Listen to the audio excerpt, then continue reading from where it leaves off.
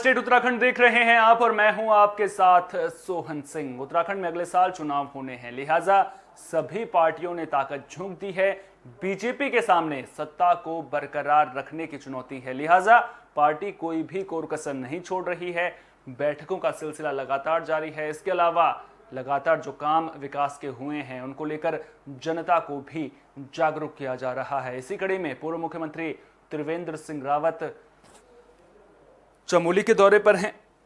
आपको बता दें कि मुख्यमंत्री बद्री भविष्य सड़क मार्ग से यहां पहुंचे और भगवान विष्णु के दर्शन किए, जिसके बाद उन्होंने सुभाई गांव में ग्रामीणों से मुलाकात की और ग्रामीणों को 4 साल में हुए विकास कार्यों की जानकारी दी। त्रिवेंद्र सिंह रावत ने कहा कि बीजेपी ने इन 4 सालों में विकास किया है और सभी दूरस्थ गांवों को सड़क से जोड़ा है। वहीं बद्रीनाथ विधायक ने कहा कि भविष्य बद्री तक सड़क पहुंच गई है, जिससे उनका सपना पूरा हो गया है। उन्होंने भविष्य बद्री सड़क मार्ग में डामरीकरण का काम जल्द शुरू करने की भी बात कही है। तो चुनाव को लेकर सभी पार्टियां एक्टिव नजर आ रही हैं। बीजेपी के सामने सत्ता को बरकरार रखने की चुनौती है, लिहाजा लगातार जो भी विकास के काम हुए हैं उनको जनता तक पहुंचाया जा रहा है। लगातार किस तरह से जो जनता है उसको लुभाना है, तमाम तरह के दावे वादे भी किए जा रहे हैं। सभी पार्टियां वादे कर रही हैं, दावे कर रही हैं, लेकिन चुनाव में जनता किसका साथ देगी ये देखने वाली बात होगी। आपको बता दें कि इसी कड़ी में त्रिवेंद्र सिंह रावत चमोली के 4 दिनों के भ्रमण पर थे। इस दौरान उन्होंने गांव के लोगों से मुलाकात की, जो कुछ भी विकास के काम हुए थे उसकी जानकारी उन्होंने गाँव के लोगों को दी। बद्री भविष्य तक सड़क जाने पर जो बद्रीनाथ विधायक हैं वो काफ़ी खुश नजर आए। उन्होंने कहा कि जल्द ही इस सड़क में डामरीकरण का काम भी शुरू कर दिया जाएगा।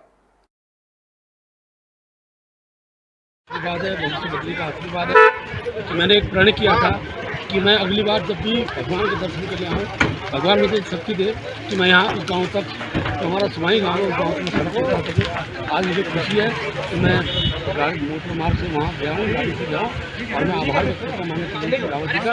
हमने उनसे आग्रह किया कि आप चमोली जिले के दौरे में आए तो आपने बिल्कुल भी आना है, और वो भी आज गाड़ी के वाहन में वहाँ तो अभी काम पूरा नहीं हुआ है। जब तक काम पूरा नहीं होता तो हम किसी पे प्रण से खड़ा नहीं कर सकते। अभी काम चल रहा है, काम पूरा होगा तो इन सब बातों की चिंता करें। आप देखना बहुत अच्छी सड़क होने है। तो उत्तराखंड में विधानसभा चुनाव को लेकर सियासी घमासान शुरू हो गया है।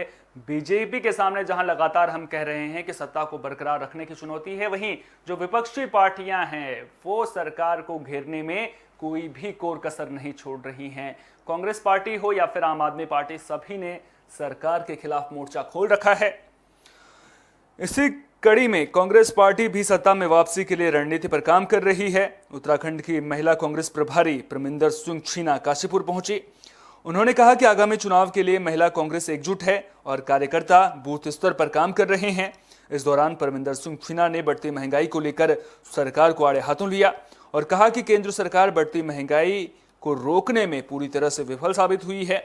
रसोई गैस के बढ़े दामों की वजह से महिलाओं के किचन का बजट बिगड़ गया है। वहीं पेट्रोल डीजल के बढ़े दामों ने कामकाजी वर्ग की बेचैनी बढ़ा दी है। तो सरकार को घेरने के लिए विपक्षी पार्टियां पूरी तरह से रणनीति बनाती हुई नजर आ रही हैं। कांग्रेस महिला मोर्चा पूरी तरह से एक्टिव है, पूरी तरह से एकजुट है, ये कहना है उत्तराखंड कांग्रेस महिला मोर्चा के प्रदेश प्रभारी परमिंदर सिंह छीना का। साफ तौर पर उन्होंने कहा कि आगामी चुनाव में जो कार्यकर्ता हैं वो बूथ स्तर पर काम करने में लगे हुए हैं। सरकार को घेरने के लिए रणनीति पूरी तरह से तैयार है। महंगाई, भ्रष्टाचार के मुद्दे पर सरकार को घेरने की कोशिश की जा रही है, लेकिन अब देखना दिलचस्प होगा कि जब चुनाव होंगे उसके बाद जनता अपना मैंडेट देगी तो फिर वो किस पर अपना भरोसा जताती है। आज इनको यही जागरूकता करनी आई हूँ कि एक तो जो भाजपा सरकार ने अभी तक अपने कार्यालय में कोई भी पॉलिसी नहीं बनाई जनता के लिए कि वो 56 इंच का सीना तान कर कह सके कि हमने ये कार्य किया आपके लिए। आज जनता को ये बताने आए हैं कि जनता अब समझ चुकी है, जो झूठे और इनके झूठे वादे थे वो जनता जान चुकी है कि इतने इश्यूज हैं जहाँ महिला हर वर्ग का हर क्षेत्र में महसूस कर रहा है, ठगा सा महसूस कर रहा है कि जो वादे मोदी सरकार ने किए थे वो पूरे ना कर पाई और इनसे जो इन्होंने वादे किए थे कि गैस सिलेंडर हम मुफ्त देंगे, और वो भी देख रही हैं कि डबल दी रेट हो चुका है। महिला का चूल्हा बालना मुश्किल हो चुका, मुश्किल क्या बंद ही जो हो चुका है। तो भाजपा सरकार ने लोगों के काम चौपट कर दिए, बंद करवा दिए। तेल, पेट्रोल, डीजल इतना महंगा हो गया कि ट्रांसपोर्ट वर्ग का कह लो, टैक्सी, ऑटो चालक के सबके काम चौपट हो गए। ये कुछ देखते हुए जनता सड़कों पर उतर आई है। इसी दर्द को हम समझते हुए सबको बताना चाहते हैं कि आप अब खुद समझ चुके हैं। अब समय आ गया है कि कांग्रेस पार्टी को ही लेके आना। आज उत्तराखंड में लगातार बारिश की वजह से नदियां उफान पर हैं। वहीं उत्तरकाशी के मांडो गांव में बादल फटने से तबाही मची है। रविवार की रात को मांडो गांव में बादल फटने के कारण कई इलाकों में पानी भर गया। वहीं इस कारण नदियों का जलस्तर और उफान पर आ गया और बाढ़ जैसे हालात कई इलाकों में बन गए। बता दें कि बादल फटने के कारण दुर्घटना में 3 लोगों की मौत हो चुकी है। 3 लोग मलबे में फंसने के कारण घायल हो चुके हैं। राज्य आपदा प्रबंधन की टीम मौके पर मौजूद है और मलबे में फंसे 3 लोगों का रेस्क्यू कर लिया गया है, जिसके बाद इन तीनों को इलाज के लिए अस्पताल भेजा गया है। जानकारी के मुताबिक बादल फटने के कारण नदी का पानी मांडो गांव में घुस गया था, जिसके बाद कई घर ध्वस्त हो गए और मलबे में 3 लोग दब गए थे। बता दें कि यहां कई वाहनों के भी बह जाने की खबर है। हालांकि तलाश अभी भी जारी है। इस घटना के बाद राज्य के मुख्यमंत्री पुष्कर सिंह धामी ने क्षेत्र के जिलाधिकारी से फोन पर बात की और शीघ्र ही बचाव कार्य को प्राथमिकता से पूरा किए जाने के निर्देश दिए। मौसम विभाग की माने तो अगले 24 घंटे में देहरादून, नैनीताल और पौड़ी जिले में तेज बारिश देखने को मिल सकती है। वहीं उत्तराखंड के बाकी इलाकों में ऑरेंज अलर्ट जारी कर दिया गया है। तो उत्तराखंड में लगातार बारिश हो रही है, जिसकी वजह से लगातार जो लोग हैं वो भी परेशान नजर आ रहे हैं। मांडो गांव में बादल फटने की वजह से भारी तबाही हुई है। आपको बता दें कि इस हादसे में 3 लोगों की मौत हो गई है। प्राकृतिक आपदा की चपेट में आने से 3 लोगों की मौत हो गई है। वहीं जो रेस्क्यू टीमें हैं वो लगातार ऑपरेशन उनकी ओर से जारी है। 3 लोगों को सुरक्षित बाहर निकाल लिया गया है, जिनका इलाज चल रहा है। लगातार उत्तराखंड से आपदा की खबरें सामने आती रहती हैं। लगातार हमने देखा है कि पहाड़ों को जख्म प्रकृति देती रही है, लेकिन तैयारियां कितनी पुख्ता रहती हैं ये अपने आप में बड़ा सवाल है। आपदा पर किसी का बस नहीं चलता, लेकिन आपदा से पहले जो तैयारियां हैं वो सरकार की ओर से की जा सकती हैं, प्रशासन की ओर से की जा सकती हैं। इसके अलावा अगर लोगों की बात करें तो लोगों को लिए जागरूक रहना बेहद ज़रूरी हो जाता है। जब भी इस तरह की कोई आपदा की या अनहोनी की आशंका हो तो तुरंत प्रशासनिक टीम को मामले की जानकारी देनी चाहिए। और अगर बात उत्तरकाशी के इस हादसे की करें तो बादल फटने की वजह से 3 लोगों की मौत हो गई है। मांडो गांव में प्राकृतिक आपदा की चपेट में आने से 3 लोगों की मौत हुई है। वहीं 3 लोगों को सुरक्षित बाहर निकाल लिया गया है।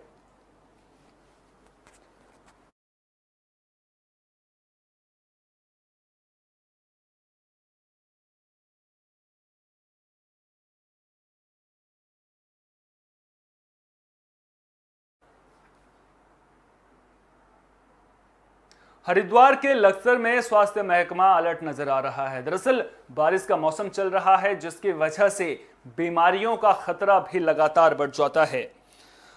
लिहाजा हरिद्वार में लक्सर में स्वास्थ्य महकमा अलर्ट नजर आ रहा है। लक्सर में बरसात के मौसम को देखते हुए डेंगू को लेकर लोगों को जागरूक किया जा रहा है। दरअसल बरसात के मौसम में जगह जगह पानी भरने से डेंगू फैलने की संभावना बढ़ जाती है। पिछले साल लक्सर में डेंगू के काफी मरीज सामने आए थे।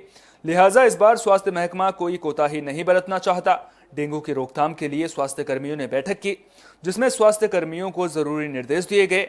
स्वास्थ्य कर्मी इलाके में जाकर लोगों को डेंगू के प्रति जागरूक करेंगे। आसपास पानी इकट्ठा ना हो, इसको लेकर लोगों को जागरूक किया जाएगा। तो कुल मिलाकर देखा जाए तो स्वास्थ्य महकमा अपनी ओर से किसी भी तरह की कोताही नहीं बरतना चाहता है। लिहाजा तैयारियां चाक चौबंद नजर आ रही हैं। पिछले साल की अगर बात करें तो पिछले साल लक्सर में डेंगू के बहुत सारे मरीज सामने आए थे, जिसके बाद इस बार किसी तरह की चूक ना हो, लोग जागरूक रहें, इसके लिए स्वास्थ्य महकमे ने कमर कस ली है और तमाम तैयारियां, इंतजामात पुख्ता नजर आ रहे हैं। अब देखना दिलचस्प होगा कि इस बार डेंगू के हालात किस तरह से सामने आते हैं, किस तरह की रिपोर्ट्स सामने आती हैं।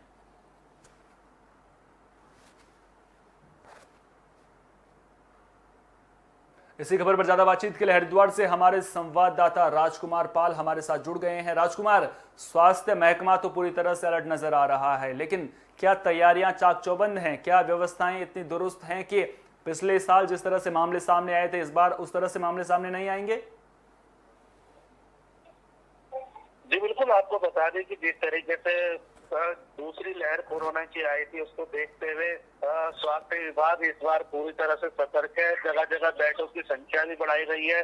वहीं स्वास्थ्य अधिकारी सीएमओ शंभू कुमार झा का साफ तौर पर कहना है कि इस बार किसी भी तरह की कोई भी लापरवाही नहीं बरती जाएगी और जो भी श्रद्धालु जो भी हरिद्वार के बॉर्डर से एंट्री करते हैं उनको आरटीपीसीआर नेगेटिव रिपोर्ट लानी जरूरी होगी। और वहीं कहीं ना कहीं देखने वाली बात यह होगी कि तीसरी लहर में अभी कितने लोग संक्रमित होंगे और उनके लिए पूरी की पूरी व्यवस्था हरिद्वार में स्वास्थ्य विभाग ने यहाँ पर कर रखी है। जगह जगह पर बेडों की संख्या भी बढ़ाई गई। कोरोना की तीसरी लहर को लेकर मैं बाद में बात करूंगा, लेकिन जो बरसात का मौसम होता है वो अपने साथ कई बीमारियां लेकर भी आता है, जैसे डेंगू की समस्याएं सामने आती हैं। पिछले साल हमने देखा था किस तरह से लक्सर में डेंगू के बहुत ज्यादा मामले सामने आए थे। उसको लेकर के किस तरह की तैयारियां की हैं स्वास्थ्य महकमे ने? स्वास्थ्य महकमे ने एक प्रोग्राम के तहत डेंगू का एक प्रोग्राम यहाँ पर चलाया हुआ है, जिसके तहत हर संडे के दिन यहाँ पर एक घरों में जाकर यहाँ पर चेकिंग की जाती है कहीं कोई पानी का जल भराव तो नहीं है जिससे कि डेंगू का लार्वा उत्पन्न ना हो। और डेंगू का लार्वा जैसे ही मिलता है स्वास्थ्य विभाग उसको निष्क्रिय करने का काम यहाँ पर कर रहा है। और स्वास्थ्य महकमे ने जगह जगह पर होर्डिंग लगाई हुई है कि घरों में पानी को बिल्कुल भी इकट्ठा ना होने दे। और स्वास्थ्य विभाग यहाँ पर बिल्कुल अलर्ट मोड पर नजर आ रहा है। वहीं सीएमओ शंभू कुमार झा का साफ तौर पर कहना है कि जो भी डेंगू के जो लक्षण है दिखाई देने पर तुरंत सबसे पहले जिला अस्पताल में पहुंचे। जिला अस्पताल में पहुंचने के बाद प्रारंभिक चिकित्सा के द्वारा ही इसका इलाज संभव हो सकता है। जी अच्छा, अभी एक सवाल आउट ऑफ द बॉक्स जाकर मैं आपसे पूछ रहा हूं कि लगातार बारिश हो रही है, क्या नदियों का जलस्तर कैसा है वहां पर? कोई खतरे की आशंका तो नहीं है वहां पर? आपको बता दें कि उत्तराखंड के पहाड़ी इलाकों में लगातार 4 से 5 दिन हो गए हैं जो बारिश हो रही है। उसको देखते हुए हरिद्वार के प्रशासन ने अलर्ट घोषित किया हुआ है।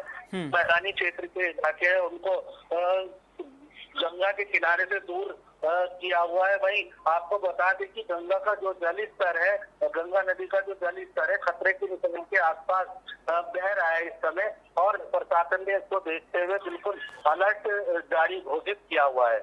चलिए, अब वापस मुद्दे पर आऊंगा। स्वास्थ्य को लेकर के सवाल आपसे पूछूंगा। डेंगू को लेकर प्रशासन तो अपनी ओर से पूरी तरह से मुस्तैद नजर आ रहा है, लेकिन मैं आपसे समझना चाहूंगा कि लोगों को जागरूक करने के लिए कौन कौन से कदम उठाए जा रहे हैं? जिस तरह से बैठक भी हुई थी उसमें भी दिशा निर्देश दिए गए थे कि लोगों को जागरूक करना है, लेकिन लोगों को जागरूक कैसे कर रहा है? बिल्कुल, जैसे अभी नगर निगम और स्वास्थ्य विभाग ने साथ में मिलकर एक कैंपेन चला हुआ है डेंगू रहित हरिद्वार। इसके तहत जगह जगह पर होर्डिंग लगाई हुई है। जगह जगह पर अनाउंसमेंट के माध्यम से लोगों को सतर्क किया जा रहा है कि जगह अपने घरों के आसपास के गमलों में पानी को ना भरने दे जिससे कि डेंगू का मच्छर यहाँ पर ना हो सके। उसको जैसे ही डेंगू का लार्वा जो भी दिखाई दे उसके लिए जगह जगह पर लोगों को अवेयरनेस के तहत से सतर्क रहने के लिए कहा जा रहा है। जी चलिए, बहुत बहुत शुक्रिया राजकुमार तमाम जानकारी को हम तक साझा करने के लिए। तो ये थे हमारे संवाददाता राजकुमार जो पूरी खबर पर हमें जानकारी दे रहे थे। हरिद्वार में स्वास्थ्य महकमा पूरी तरह से अलर्ट नजर आ रहा है। डेंगू के खतरे को देखते हुए लोगों को जागरूक करने का काम किया जा रहा है।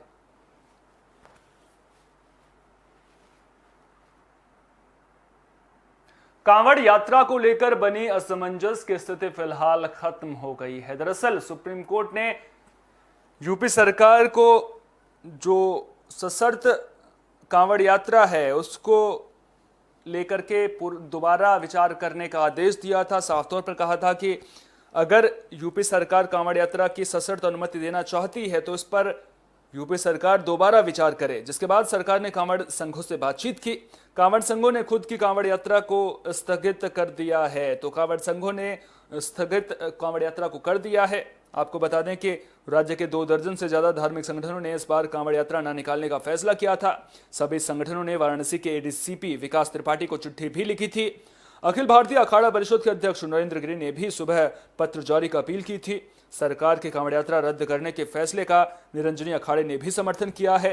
हरिद्वार में निरंजनी अखाड़े के आचार्य महामंडलेश्वर कैलाशानंद गुरी महाराज ने भी लोगों से घरों में रहकर पूजा अर्चना करने की अपील की है। तो जो धार्मिक आस्था से जुड़ा हुआ कांवड़ यात्रा लोग निकालते हैं, श्रद्धालु बड़ी संख्या में पहुंचते हैं, लेकिन इस बार खतरा बड़ा है। कोरोना की तीसरी लहर कभी भी दस्तक दे सकती है, लिहाजा सरकार ने कांवड़ यात्रा को रद्द करने का फैसला लिया। और जो धार्मिक संगठन है वो भी सरकार के इस फैसले को समझते हैं, लिहाजा वो भी श्रद्धालुओं से लगातार अपील कर रहे हैं कि कांवड़ यात्रा ना निकालें, अपने घरों में रहें, सुरक्षित रहें और घर पर ही पूजा अर्चना करें।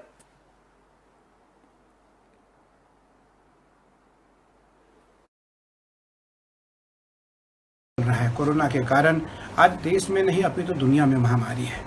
भारत सरकार और WHO इन तीनों का निर्णय आज भी वही है। जो हमारी परिस्थिति है देश की और समाज की और दुनिया की, उसको ध्यान में रखते हुए कांवड़ यात्रा स्थगित करने का निर्णय उत्तराखंड सरकार ने लिया है। मुझे लगता है यह निर्णय इसलिए स्वीकार्य है, यह निर्णय इसलिए प्रशंसनीय है और सराहनीय है क्योंकि कोरोना नामक महामारी पूरी दुनिया में व्याप्त है और उस परिस्थिति के कारण यह निर्णय लेना अनिवार्य था। जैसा आप सभी जानते हैं कि कोरोना महामारी भारत में नहीं पूरे विश्व में दूसरी लहर लगभग समाप्ति को है, लेकिन चिंता का विषय यह है कि तीसरी लहर भी आने की संभावना है। उत्तर प्रदेश सरकार के यशस्वी मुख्यमंत्री आदरणीय योगी आदित्यनाथ जी संत हैं और उनकी इच्छा भी थी कि एक धार्मिक परंपरा हमारी कांवड़ यात्रा है वह पालन हो, लेकिन तीसरी लहर की संभावना को देखते हुए मुझे लगता है कि कांवड़ यात्रा स्थगित करना ही ठीक है।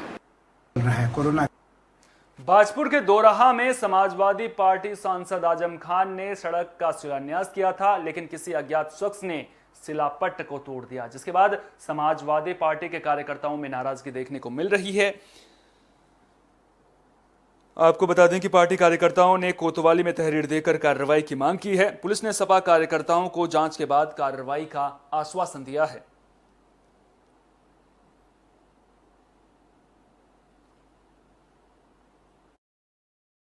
समाजवादी सरकार में निवर्तमान संसदीय कार्य मंत्री आदरणीय मोहम्मद आजम खान साहब द्वारा मुरादाबाद से बाजपुर का सड़क निर्माण कराया गया था, जिसके पश्चात शिलान्यास के समय एक शिलापट लगाया गया था जिसमें माननीय मंत्री जी का नाम था। आज मोहम्मद आजम खान साहब की लोकप्रियता को बढ़ते देखते हुए कुछ असामाजिक तत्वों ने उस शिलापट को उखाड़ने का कार्य किया है और इस संबंध में आज हम बाजपुर कोतवाली में पहुंचे हैं और तहरीर दी है, जिसमें हमने मांग की है कि जिन लोगों ने शिलापट माननीय मंत्री मोहम्मद आजम खान साहब के नाम का हटाया गया है उनको गिरफ्तार करके जेल भेजा जाए, अन्यथा समाजवादी पार्टी आंदोलन करने का कार्य करेगी। समाजवादी सरकार में सितारगंज के नानक मत्ता इलाके के बरखेड़ा ग्राम सभा के लोग परेशान हैं। प्रशासन से गुहार लगा रहे हैं कि सड़क की मरम्मत का काम करवा दीजिए, लेकिन अब आरोप लग रहे हैं कि प्रशासनिक अधिकारी इनकी मांगों पर ध्यान नहीं दे रहे हैं। प्रशासन के कानों पर जूं तक नहीं रेंग रहा है। हर साल ग्रामीणों को उम्मीद रहती है कि इस बार उन्हें पक्की सड़क जरूर मिल जाएगी, लेकिन हर बार ग्रामीणों को पक्की सड़क के नाम पर महज आश्वासन ही मिल पाता है। पूर्व प्रधान ने बताया कि पिछले 32 साल से पक्की सड़क नहीं बन पाई है, जबकि रोजाना बड़ी संख्या में लोग इस रास्ते से गुजरते हैं। मुख्यमंत्री त्रिवेंद्र सिंह रावत ने जरूर पक्की सड़क बनाने की दिशा में पहल की थी। 2019 में PWD ने भी सर्वे किया, लेकिन पक्की सड़क नहीं बन पाई। ग्रामीणों ने रोड नहीं तो वोट नहीं के नारे के साथ मुख्यमंत्री को ज्ञापन देने की बात कही है। ग्रामीणों का कहना है कि अगर फिर भी सड़क नहीं बनाई गई तो उप जिलाधिकारी और DM के कार्यालय पर धरना प्रदर्शन किया जाएगा।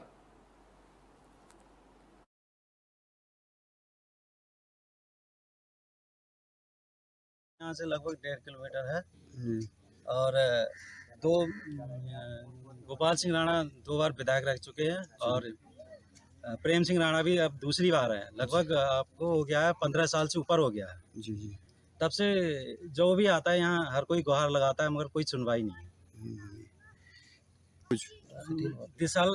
दिलासा देने के लिए तो कई बार यहाँ पे गड्ढा उड्ढा करके चले जाते हैं, मगर दोबारा कोई नहीं आता जी। लगभग जब से उत्तराखंड और उत्तर प्रदेश का विभाजन हुआ है तब से इस रोड को कोई देखने वाला नहीं है। कहने को तो सांसद महोदय जी से भी कह रखा है, विधायक से जो हमारे मौके पे हैं उनसे भी कह रखा है, और पुराने विधायक जो गोपाल सिंह राणा जी थे और कांग्रेस के वही 2 बार यहाँ के विधायक रहे हैं, उन्होंने भी इस पर कोई गौर नहीं की।